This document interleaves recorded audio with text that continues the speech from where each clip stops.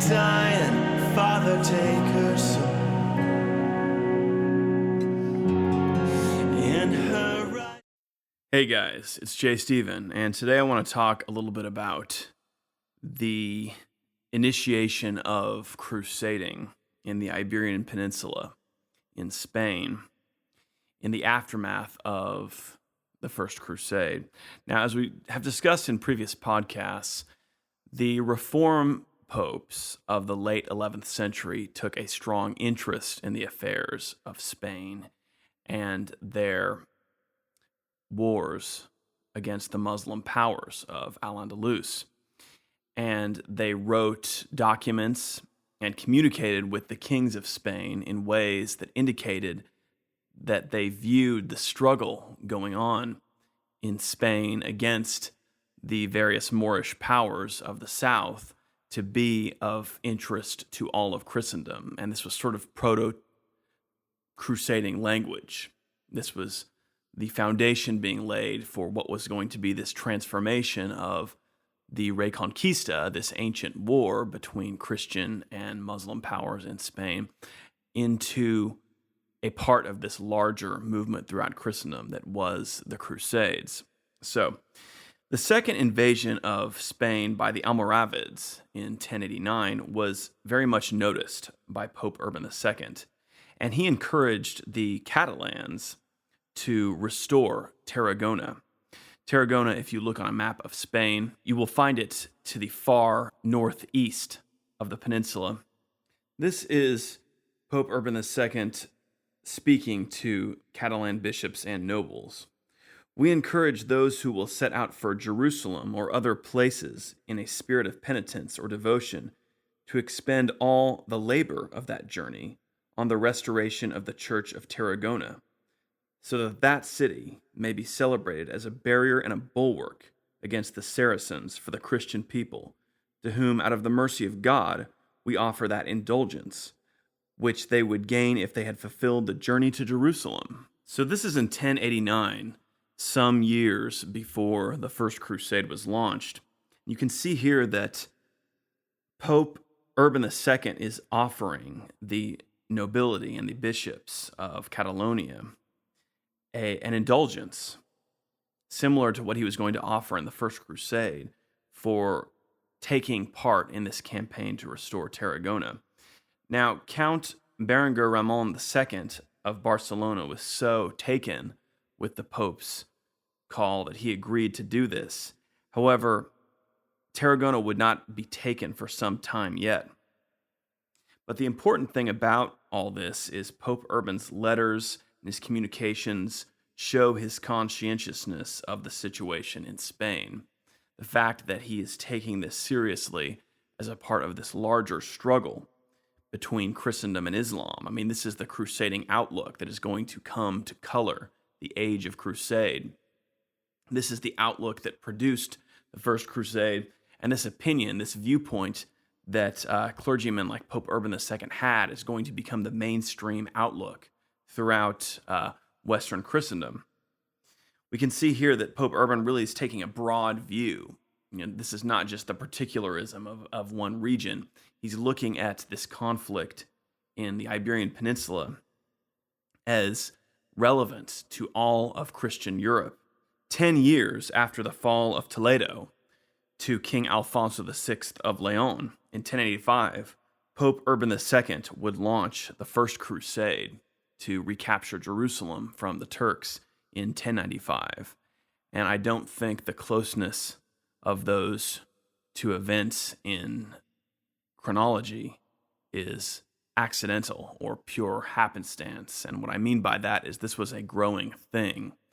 This growing awareness of the Christian struggle in Spain, and of course also in Sicily, and the outlook that the church was taking toward it, along with this great victory in 1085, the conquest of Toledo.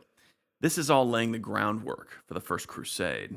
When Pope Urban II's appeal for the First Crusade finally arrived, it produced a great deal of enthusiasm in Spain. A lot of Christian knights in the Iberian Peninsula wanted to take part in the conquest of the holy places in the east. But the Pope urged Spanish Christians not to take the journey to Jerusalem. He wanted them to remain home. And this was because he understood the importance of the war against the Moors in the Iberian Peninsula. And indeed, we have every reason to believe that Pope Urban II, the architect of the First Crusade, viewed the Reconquista campaigns in Spain as equivalent to the war in the East, to his own First Crusade. This is Pope Urban talking to knights and nobles of the Iberian Peninsula. If, therefore, the warriors of other provinces unanimously propose to aid the churches in Asia and to liberate their brothers from the tyranny of the Saracens, so also should you with one heart strive to help the neighboring churches suffering from the incursions of the Saracens. If anyone should die for God and for the love of his brethren in that expedition, he should not doubt that by the mercy of our most clement God he will truly receive indulgence of his sins and participation in life eternal. If any one of you, therefore, plans to go to Asia, let him try to fulfill the desire of his devotion here, for there is no virtue in delivering Christians from Saracens there, while exposing Christians here to the tyranny and oppression of the Saracens. That's Pope Urban II. You can see how ridiculous it is when people try to say that somehow the campaigns in Spain were not a part of the Crusades. This is Pope Urban II, the very founder of the crusading movement, talking about the campaigns in Spain as equivalent to the campaigns in Syria and Palestine. Despite the exhortations of the Pope, the pull toward Jerusalem was quite strong, especially in the jubilant aftermath of 1099, when Jerusalem, the holy city, was conquered by the First Crusade. Well, word of this spread throughout Western Christendom, including the Iberian Peninsula, and knights from Spain, just like many of their fellows throughout the rest of Western Europe, were quite inspired by this, and a lot of them wanted to set out for the Holy Land. The clergy had to urge Spanish knights to stay home and focus their efforts on the Reconquista against the Moors. If we want to look at who was the first major figure among the nobility to take the cross as Pope Urban had prescribed in the aftermath of the First Crusade, I think we can look no further than Pedro I, the King of Aragon, who reigned from 1094 to 1104. Now, it's not surprising, I think, that a King of Aragon took up the Pope's cause in this way. The Kings of Aragon were quite close to the papacy. They had a tie of vassalage to them, and in fact, Pedro I had renewed his father's tie of vassalage to the Pope. In 1100, Pedro I took the cross to go to Jerusalem, but he changed his mind, most likely at the urgings of a papal legate, and decided to instead engage the Moors at home. In 1101, he marched south and launched a major attack on Zaragoza, which of course was the main target of the Kings of Aragon at this time. This was a very important and powerful Muslim city, one of the great cities of Al-Andalus, and Pedro I went against it with his army, bearing a banner of the cross, so the cross standard, the Crusader cross as we think of it today. And this, in fact, is our first reference to the cross emblem as the insignia of crusade. So Pedro I, he built a castle opposite Zaragoza, which he used as a base from which to harass Zaragoza. King Pedro named this castle Huslebol, which essentially translates to Deus le vult, or God wills it. So isn't this quite interesting? The first crusading king of Spain named his castle, from which he used to crusade against Zaragoza, Deus vult. Really quite interesting. Now, Pedro failed in his effort to conquer Zaragoza. In fact, Zaragoza would be captured not much later through a crusade led by Pedro's successor, Alfonso the Battler, one of the most famous crusading kings of all time. And in fact, Alfonso the Battler's crusade to capture Zaragoza is one of the epic stories in the history of the Crusades, but it is quite interesting that Pedro I is this first king of the Iberian Peninsula to emerge as a crusader. Or probably, this is the best evidence we have for, in the wake of the First Crusade, this is the king who took the cross in the way that Pope Urban II was laying it out. He and his men received this indulgence, and they engaged in this crusade with this banner of crusade against Zaragoza. So this is a very pivotal moment, and notice how quickly this happens in the aftermath of the First Crusade. This is the first few years after the establishment of the Kingdom of Jerusalem. So this ideology of crusade is spreading very rapidly, and this is becoming the mainstream outlook of Latin Christendom. Now, of course, in Spain, this is piggybacked on top of the fact that the Reformed popes had been quite interested in the affairs of the Reconquista in Spain. And so they had been developing their relationships with the various monarchs of Spain and developing an ideology of crusade that went hand in hand with the concept of Reconquista that had motivated the Christian warriors of Spain for centuries. But anyway, all of this is really interesting in the way it ties together.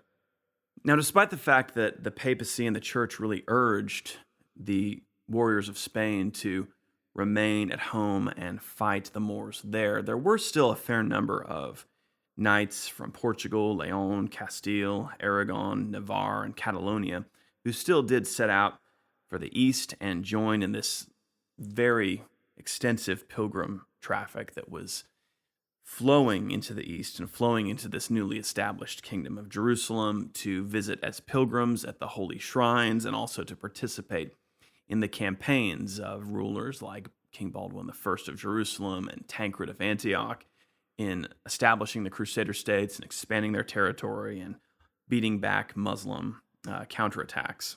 So one interesting example is Count Rodrigo Gonzalez de Lara, who fell out with his lord, King Alfonso VI of Leon. And in fact, they quarreled, and Count Rodrigo decided it was better to just depart, and he went east and participated in campaigning there. And interestingly, he eventually ended up joining the Templars at a much later date after their formation.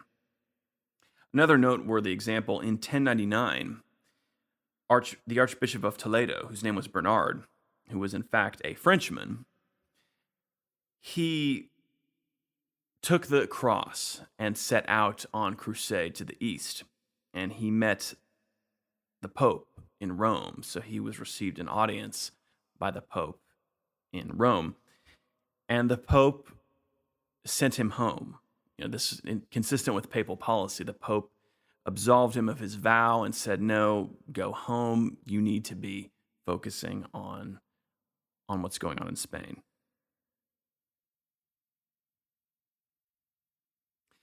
This was obviously a serious issue because Alfonso VI of Leon complained to the Pope about the danger of knights leaving Spain, and he expressed that he was worried that this would open up his kingdom to attacks from the Moors. In 1101, Pope Pascal II, in fact, issued a document forbidding Spanish knights from going east. This is taking it a step further, and once again, he reiterated it that there would be an indulgence offered to all those who fought against the Almoravids in the Iberian Peninsula. This is Pope Pascal. "We wrote to you previously that you should not abandon your country because of the expedition to Jerusalem, for we are not a little fearful of the tyranny of the Muslims in the western regions if you depart. We command you to stay in your country, fight with all your strength against the Moabites and the Moors." Of course, he means the Muslims there. "There, with God's help, you will do your penances. There you will receive the remission and the grace of the holy apostles Peter and Paul, and of their apostolic church." So again, we can see that language of indulgence. You can see the equivalency here. The Pope is drawing an equivalent idea between the Crusades in the Holy Land and the Crusades in Spain. This is, of course, Pope Urban's successor, Pope Paschal II, so the second of the crusading popes, if you will. Now, fortunately for Christian Spain, the idea of Spain and the Iberian Peninsula as another field of crusade, and a very valid one, indeed one that was equivalent to the Holy Land, this idea spread and became very popular throughout Western Christendom, really very quickly in the aftermath of the First Crusade. And French knights, in fact, began taking the cross and going to Spain. We have quite a few examples of this. Some very noteworthy and high-ranking individuals who fit this profile were some veterans of the First Crusade. Gaston of Béarn, William VI of Montpellier, and Alfonso Jordan of Toulouse. Gaston of Béarn, in fact, would be one of the top-ranking men in the army of Alfonso the Battler, the King of Aragon, who conquered Zaragoza from the Moors in a crusade. The second official crusade that we have on record in the Iberian Peninsula is going to be a crusade launched against the Balearic Islands in 1113. At this time, they were held by the Almoravids. If you take a look at a map of Spain, you can see there off the northeastern coast in the Mediterranean, the Balearic Islands. So what happened here was that a group of Pisans decided that they wanted to try and rescue some Christian captives who were held on the Balearic Islands. Now, this makes quite a bit of sense from an Italian perspective. The various Italian powers had dealt quite frequently with Saracen piracy that was an issue in the Mediterranean. And one of the things that happened with the rise of Latin Christendom at the close of the 11th century and the advent of the Crusades is that these Italian powers were beginning to assert themselves and take the fight to the enemy. The Archbishop of Pisa, Pietro, received a cross from Pope Paschal II, and Count Ramon Berenguer III of Catalonia decided to join this Pisan expedition. And on top of that, you had a French coalition joining as well. So this is quite interesting. This is a large crusading coalition in the very early years of the Crusades, not too long after the First Crusade. This is 1113. So that, Jerusalem falls in 1099. And this coalition was made up of some 80 Pisan ships, perhaps 50 Catalonian ships, and some 47 French ships. So a fairly large expedition. And one thing about this expedition, it reminds me a lot of the campaigns that were waged to capture the various Palestinian ports that became part of the Kingdom of Jerusalem in the first couple of decades following the First Crusade. So these were campaigns mostly conducted by King Baldwin I, but they were done in cooperation with Pisans, Genoese, various Italian maritime powers who provided the naval support that the king needed for his ground forces. This is a similar thing, only it's happening over on the western front in the Iberian Peninsula, or off the coast of the Iberian Peninsula, the Balearic Islands. But this is a crusading coalition.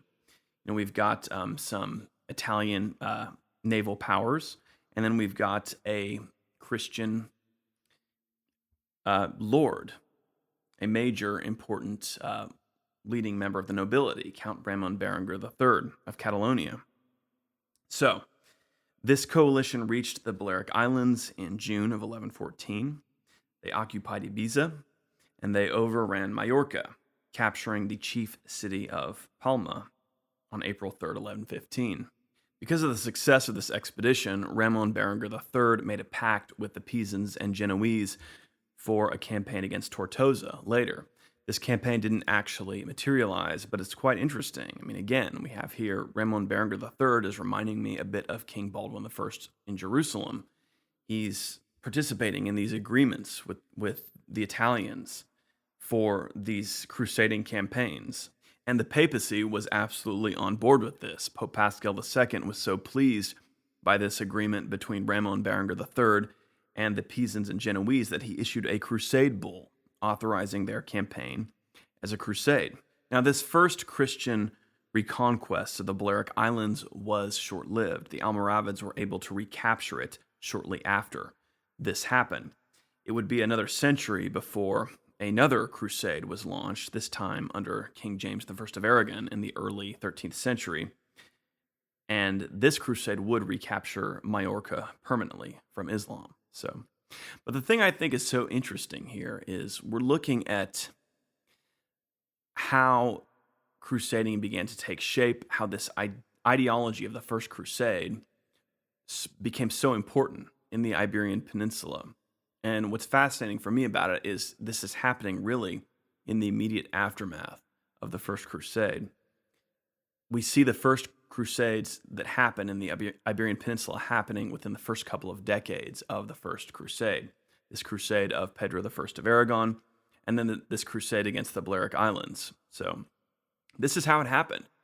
And crusading was going to increase in activity and increase in its complexity and in the mechanisms of organizing crusades and the theology of it, the preaching of the cross. This was all going to increase in the Iberian Peninsula over the course of the next century.